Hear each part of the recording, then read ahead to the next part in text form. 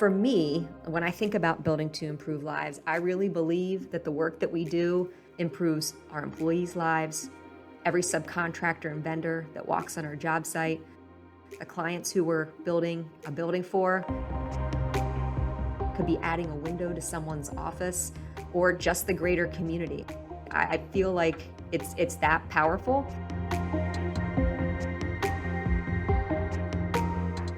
Welcome, everyone, to another episode of A Life of Climb podcast. I'm here today with Jessica Meyers, CEO of the JEM Group, a construction services firm in central Pennsylvania. Welcome, Jessica. Thank you very much, Sam. Congrats on the amazing success you've had for now, I guess, almost 20 years. And when I look at some of the awards, besides just Vistage Lifetime Achievement Award, which is exciting, and I look at Pennsylvania's Best 50 Women in Business, SBA's Women-Owned Business of the Year, three-time fastest-growing company in central Pennsylvania, General Contractor of the Year by the American Subcontractors Association, incredible involvement in philanthropy from the YMCA, Central Penn Food Bank, Salvation Army, Penn State Medical Center, all these incredible accomplishments. But let's talk about how it all started, because I think about where you are today, and then it's going to be fun to hear your journey. And when I have to start by looking at your background, communication major. Tell me how this happened that you even got in the construction business. Thank you, Sam. So I went to school initially as a political science major, changed to a communications major, was really just trying to figure it all out. During that time in my summer's home, when I would come home for the summer, my stepfather owned a regional construction company, and I would work there in the summers. So that was really when I dipped my toe into the water. Still did not have my sights set on a career in construction, but had a little exposure. Fast forward, I graduated from Penn State, started looking for a job, interviewed for some jobs in the communication field, thought I would give that a try, until my stepfather approached me and he said, "Why don't you come and work for me for a little while?" That for now turned into about 10 years working for him in a variety of positions. My first assignment was I went and spent almost 2 years on a job site. So there was no cushy job in the office. Now, I wasn't using a hammer, but I was part of a project team that was managing a very large building program at a place called the Milton Hershey School.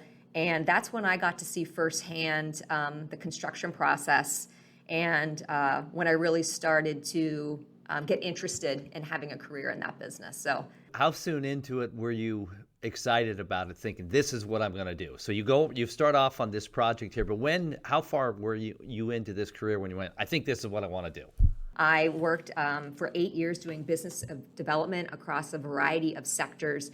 And that's when I really started to enjoy the business, got to work with a lot of different companies and sit with, an organization and talk about an inception of a project and then really get to see it through to the end. Really just enjoyed that process. So I would say once I got engaged in selling and helping bring people on board for projects, that's when I knew I wanted to be in this business. Well, you said one of the major reasons you started JEM Group was because there was and there is a real need for diverse contractors and subcontractors.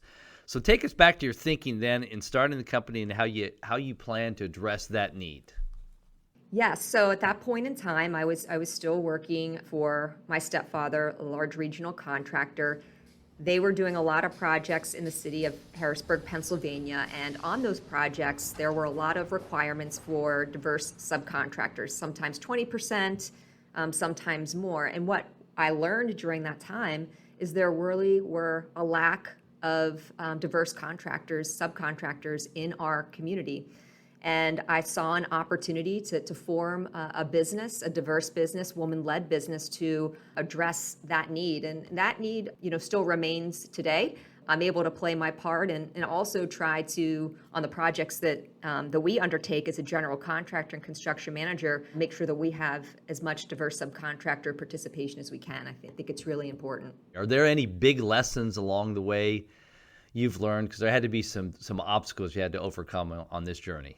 Yes, there were many. Speaking to the male woman working in a male-dominated field, you have to remember that I'd already been working in construction for about 10 years. So when I started JEM Group, that wasn't one of my biggest concerns. I was pretty comfortable being the only woman in a room.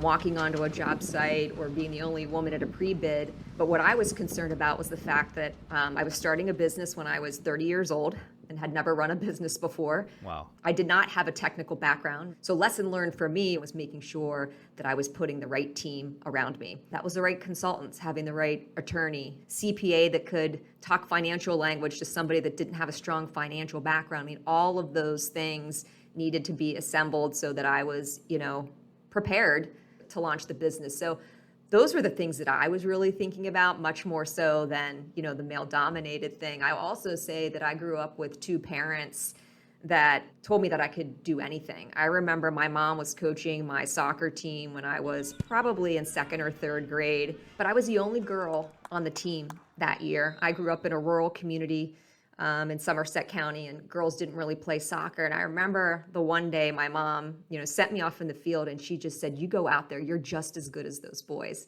And I think when you have people like that in your life, you hear those voices at those moments when you're doubting yourself. That was important for me. What a great story here. Well, I want to ask about a few of the projects because some of them are pretty cool. How would you describe, if it's possible, is there any way to describe like what the ideal JEM customer is? Who are the people or the perfect projects or the people you work with? Maybe just as a synopsis, that would be helpful. I think there is an ideal customer for sure. I think when we're able to do business with customers that we can have relationships with, that we're not just building one project, where we have a purpose and values that are aligned, I think that's when the best outcomes and collaborations occur. That's what makes business fun, when you can put those things, when those all can connect, that's when it is really fun. Well, tell me about, when I look on your site, when I hear about the projects you've done, REI, Susquehanna Art Museum, of course, I was going to ask about Hershey's Chocolate Town. Tell us a little bit about those projects. When you think about the fun behind them, the excitement behind them, what's been the most fun project you've worked on? Is it Hershey's Chocolate Town? Tell us that. That was certainly an exciting project because it was very public. Hershey Entertainment Resort owns and operates that facility, and they wanted to reimagine the front entrance and customer experience as you enter the park, and that is Hershey's Chocolate Town. So there's a lot of buildings there, super exciting project. But what made that project really special for me and for JEM is for Hershey Entertainment Resort has been my client for many, many years. They always came to us for their smaller projects, not for the big ones. And every year I would go in and I'd meet with them and I said, "Hey, this is great. We're so grateful for the business, but we can do more. Let me tell you what we've been doing." And I would go in and I would tell our story every year. And the director of construction there, who I had a good relationship with, he's like, "I hear you, Jessica. Just be patient. Just be patient." So finally, Hershey's Chocolate Town, everybody knows it's coming. And I get a phone call saying, "We'd like you to submit a proposal for this." So very long story short, we did the project. It was very successful. But what was really special for us is it really put us on the map as a small woman-owned business that was capable of doing large, complex work. And so it really was a game changer for us, not just doing the work and doing it well, but really has springboarded us into being able to be tapped on the shoulder for much larger projects. Yeah, I would imagine from a business development perspective, just like you said, when you're able to jump into a project like that, it just opens a door to say, "Hey, we proved ourselves here." If you could encapsulate the JEM difference, like when people work with JEM, what's the difference that when you're out there talking to people about the real value of working with you, what's the key difference that they'll get in working with your company? So when I think about that particular project, we really thought about what is it going to take to win and get across the finish line. We've got to look at every single project that we undertake, understand the complexities and put together the right group of individuals and really customize that experience for the client and for the project. And that's what really, makes the difference, not just having this cookie cutter approach. We took the time probably about 5 years ago to map our customer experience and customer journey. It was after I saw a Vistage speaker. All right. That's a true story. And I said, I want to do this. And I hired a consultant. And that has made a difference in how we're doing business with our customers and how we're transacting and keeping us consistent and following, a process. And I do think that makes us different than than other contractors in the region. Your tagline at JEM is we build to improve lives. And talk to me about that positioning and why you think it's so important to connect what you build to the people that it impacts. Yeah, that's I love that question. So several years ago, we were going through a planning process, and that's when the buzz about, Simon Sinek, what's your why? And everybody started talking about purpose, and our facilitator challenged us, and they're like, well, why are you doing this? Other than to make money and give people jobs. And I kept coming back to building to improve lives over and over again. And I presented that to my team, and they were like, yeah, that's it. And for me, when I think about building to improve lives, I really believe that the work that we do improves our employees' lives, every subcontractor and vendor that walks on our job site, the clients who we're building a building for could be adding a window to someone's office, or just the greater community. I feel like it's that powerful. And so we have rallied around that at JEM. We talk about it at our company. We talk about it outside of our company. And it's become part of our brand and a part of our organization. I'm excited to dive deeper there, but first, a quick break. This episode of A Life of Climb podcast is brought to you by Vistage, the world's largest executive coaching and peer advisory organization. As a CEO or owner of a small or mid-sized business, you've got the weight of the world on you. But what if you didn't have to go it alone? What if you could journey with an experienced guide and an elite team of peers who've got your back? With that kind of support, how high could you climb? Vistage has been helping leaders reach new heights for more than 60 years. It's a proven, time-honored approach that can help you too. Learn more about Vistage and discover more leadership resources at vistage.com. And now, back to our episode. I know we're still seeing the impacts in many businesses of the COVID pandemic, and I know that the construction industry is impacted through things like supply chain challenges, labor shortages everywhere, inflation. What are some of the big learnings that maybe you gained during the pandemic, and how are you applying them to your business today? Such a hot topic among CEOs. We realize that we need to be adaptable and have a flexible game plan at all times.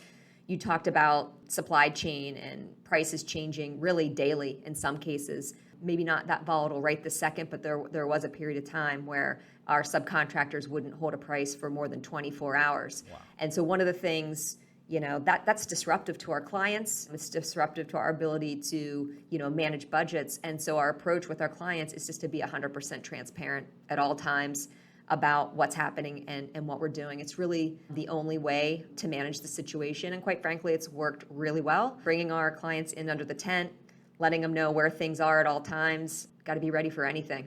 Completely agree with you. I think that's such a great point about transparency. I've seen so many businesses struggle that tried to craft a new story, a new strategy, a new plan, and then it just change on you instead of just talking with your customers about what challenges you have, because they're having the same challenges as everybody else. You talked about being transparent. You also describe your leadership style as authentic. I wonder what that means to you, and why do you think it's important for a leader to be authentic in order to build trust? Tell us a little bit about that. So to me, being authentic starts with honesty, being able to really listen, and sometimes being vulnerable. I think all of those things help build trust within a team. That's something that I try to lead with. I can tell you a little story. Last week I was out on a job site visiting one of my superintendents, as I often do, and he's going through some personal struggles right now in his family. And I stood there and I listened to him for 20 minutes. And after I listened to him, it turns out that I had a very similar situation that he was facing, and I shared that with him. And he listened to me, and then we parted ways. And fast forward to yesterday, he and I were talking on the phone about something. He said, I wanted to let you know how much that conversation that we had last week meant to me. The fact that you were willing to, as the CEO of the company, share something personal like that, it made me feel like I'm not on an island. And I think that, me being a little bit vulnerable, sharing something, he never thought, he's looking up thinking, oh, she's a CEO, her life is perfect. And I think being real with people and letting them really see you and having that honesty, I think it builds trust and a connection and engagement. That's what authentic means. It's a great story. Yeah, thank you. Where did you learn that? Is that something that you had a mentor that helped model that. Where'd you learn that? I know I spent a lot of time as a younger person, as a younger leader, thinking I needed to be or act a certain way. All of us, yeah. And that takes a lot of work. I don't want to do that anymore. And so I think for me, that word authentic, resonates with me. And I work at it, right? It's not natural because you spend all these years, I'm the CEO, I need to behave a certain way and be a certain way. But it's not natural. So I think now that I'm more mature and comfortable in my own skin and comfortable as a leader, being authentic just feels right. Makes life easier too, doesn't it? It does make life easier. Let's talk about mentorship. I know you talk about this being important to you, along with building your teams. Can you take us a little bit through your philosophy on mentorship, and how are you working to grow this next generation within your company and even within your industry? Tell us a little bit about that. I had so many positive mentoring relationships along the way. I think sometimes people were mentoring me and they didn't even know it. And I really want to give back and make sure that I'm paying it forward and mentoring other people, and been a big sister for Big Brothers Big Sisters. I mentored a student at Harrisburg University, our local university. So I try to do that, one-on-one, and then I try to encourage other people within JEM to have those mentoring relationships.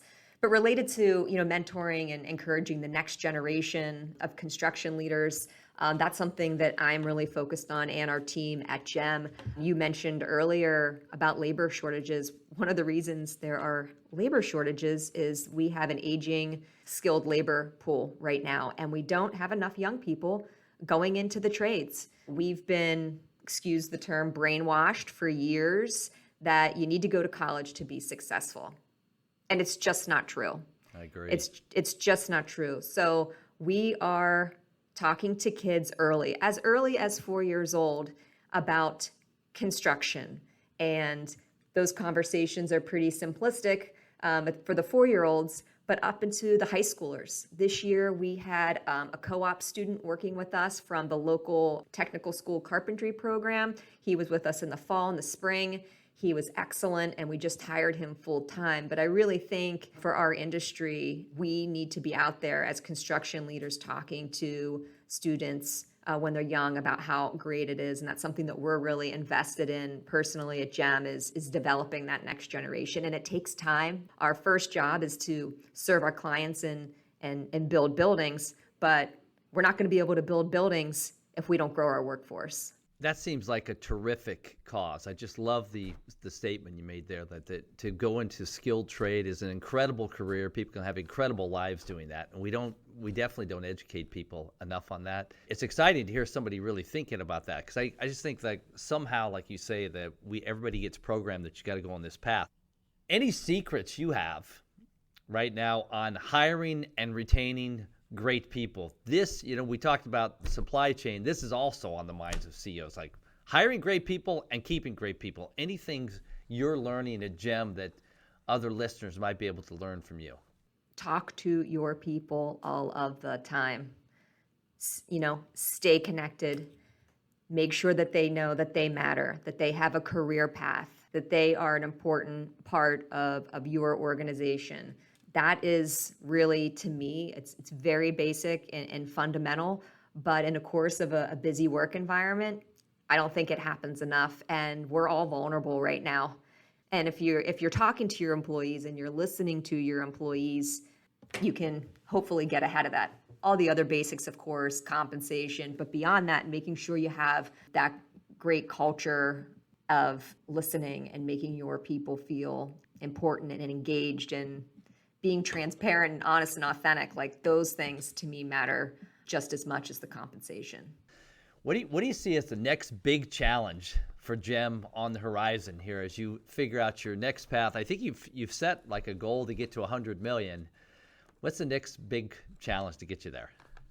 I think that we just talked about it. I think building the team to get us, sustaining the team we have, and building that next generation of JEM Group leaders to help us get to $100 million.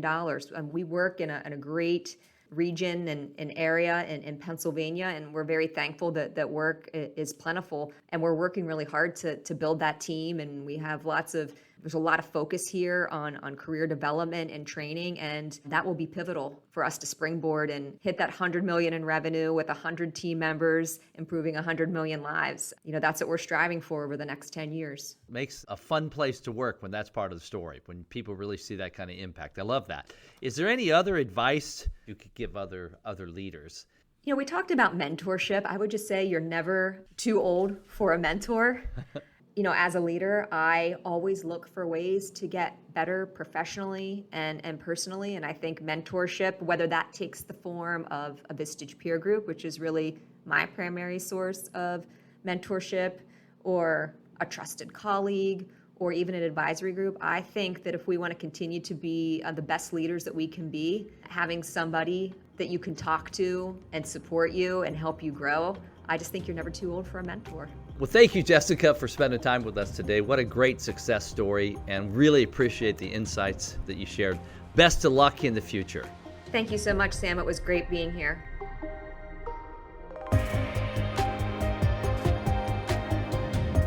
Thanks for joining us for this edition of A Life of Climb podcast. Friendly reminder to please subscribe or follow the podcast to get all the latest episodes. And please visit vistage.com/podcast for more resources to support you on your leadership journey.